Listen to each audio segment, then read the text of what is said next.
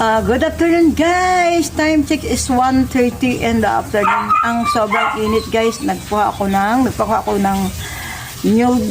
Buti may nagsungkit. Kasi hindi ko masungkit siya. Ito.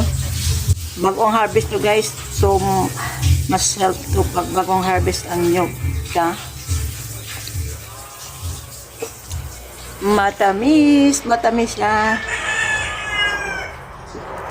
Super ang tamis niya guys. Kaya nagpaano ko kay ang init kasi ano. Katatapos ko lang naglaba. Kanina pala ako naglaba. Ang sarap nito. Bago ang alam nyo guys, pag ang butong or ang nyug na bagong harvest is mas healthier po siya kay or abutin mo siya ng isang araw, hindi na siya fit for you, for your health. Ito mas okay to siya kay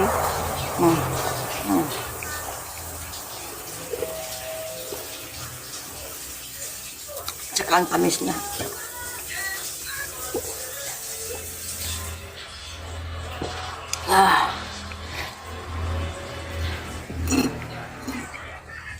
Naubos na yata.